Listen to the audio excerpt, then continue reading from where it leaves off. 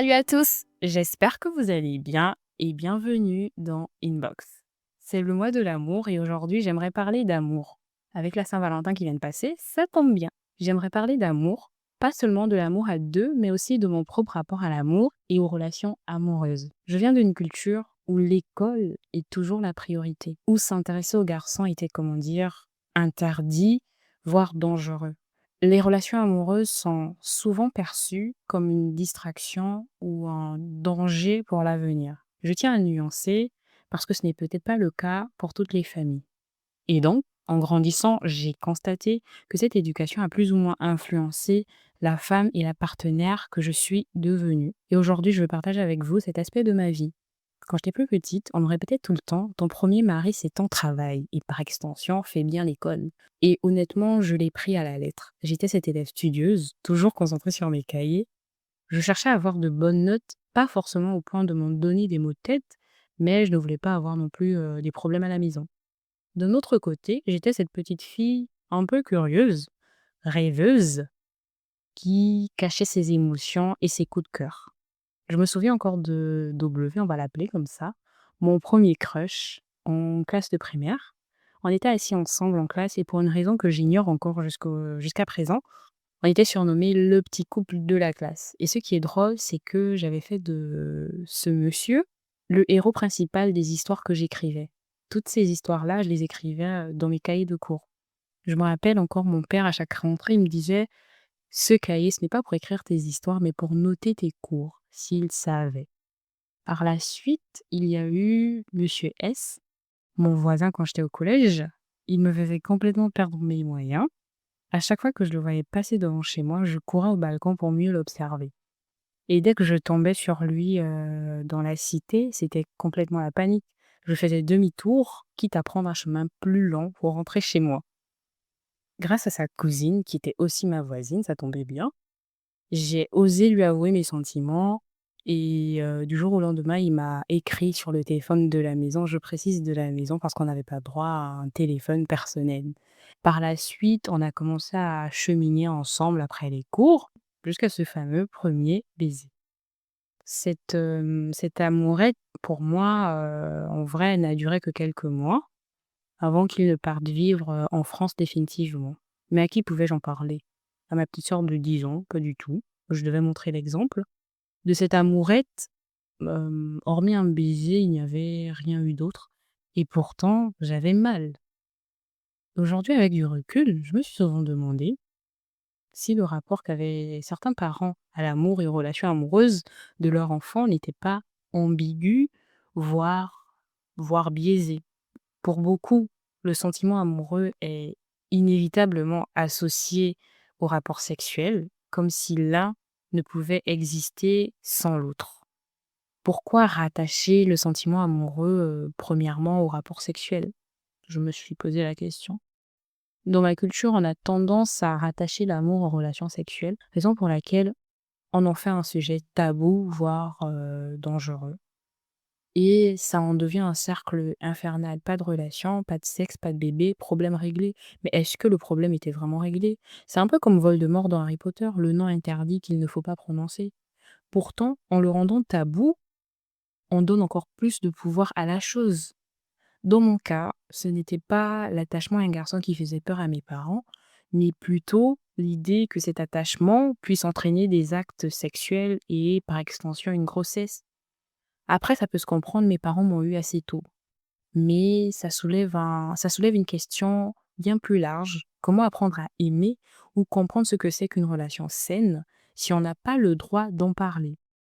En observant d'autres parents plus ouverts d'esprit, je me suis demandé, est-ce qu'ils avaient aussi les mêmes craintes que mes parents ou est-ce qu'ils faisaient simplement plus confiance à leurs enfants?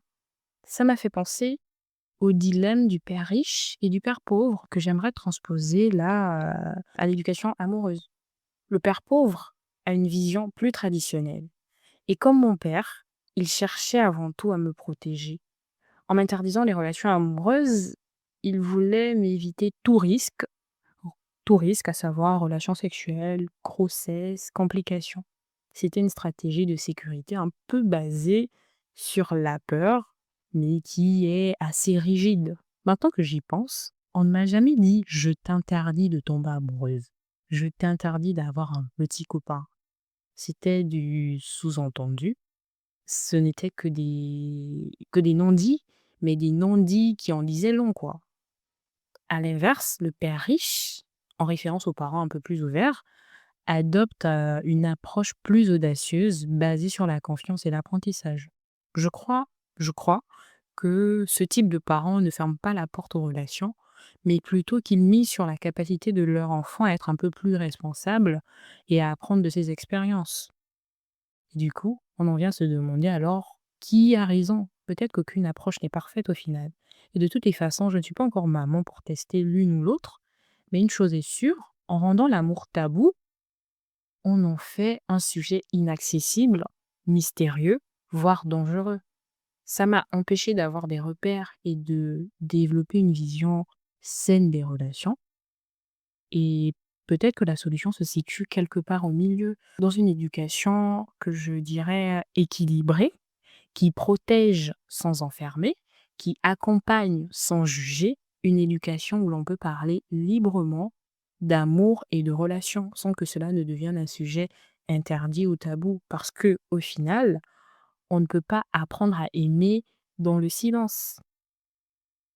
Quand je repense à tout ça, je réalise à quel point mon rapport à l'amour était biaisé. J'idéalisais énormément les relations, peut-être à cause de Disney Channel, des séries ou même de mes amies qui jouaient les conseillères expertes. Mais vous savez quoi? La plupart d'entre elles étaient tout aussi perdues que moi. C'était l'aveugle qui guidait l'aveugle. C'est-à-dire un vrai méli-mélo d'inexpérience. Une personne mal informée qui en guide une autre, tout aussi ignorante. Il fallait voir ce que ça donnait à l'époque. Il fait ça parce qu'il t'aime. Ton conseil là, vraiment. À cette époque, mon éducation affective reposait surtout sur mes conseillers de substitution, à savoir mes amis, parfois plus âgés ou à des étapes différentes de leur expérience amoureuse. Pendant que moi, j'étais encore au bisou, certaines étaient aux préliminaires, voire plus. Après, pour celles qui m'écoutent, qui sont en proie au doute, ne vous laissez pas influencer. Alors, avec mes amis, on se conseillait mutuellement, mais avec du recul, on manquait souvent de nuances. Je m'inclus dans ce «on», car moi aussi je donnais des conseils basés sur ce que je pensais savoir sans réelle expertise. En gros, un vrai tremplin d'idées reçues, de suppositions, de clichés qu'on se répétait en boucle à chaque fois. D'un autre côté, je me demande si les garçons l'ont vécu aussi de cette façon. Est-ce qu'ils ont été influencés par des pseudo-mâles connaisseurs de la chose? Est-ce qu'ils ont idéalisé l'amour et les relations sexuelles? Après, si vous m'écoutez, n'hésitez pas à me laisser un commentaire et votre retour. Et d'un autre côté, il y a ce manque de modèles.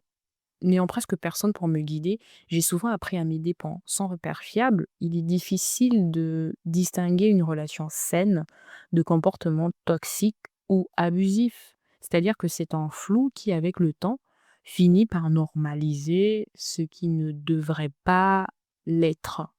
Ça fait mal, mais c'est souvent comme ça qu'on grandit aussi et c'est comme ça que j'ai appris. Alors, qu'est-ce que tout ça m'a appris? Que l'amour, ce n'est pas juste une émotion, c'est quelque chose qu'on doit comprendre, étudier et surtout vivre. Aujourd'hui, je lis des livres comme Les hommes viennent de Mars, les femmes viennent de Vénus. J'apprends à communiquer, à être patiente avec moi-même, avec mon partenaire, par exemple. Et je me posais la question, et de votre côté, comment vous avez vécu votre rapport à l'amour? Et en tant que parent, que comptes-tu faire en fait? Alors, on touche à la fin de ce podcast, de cet épisode. Merci d'avoir écouté cet épisode. Prenez soin de vous, aimez-vous et surtout aimez bien. Bisous, c'est fini.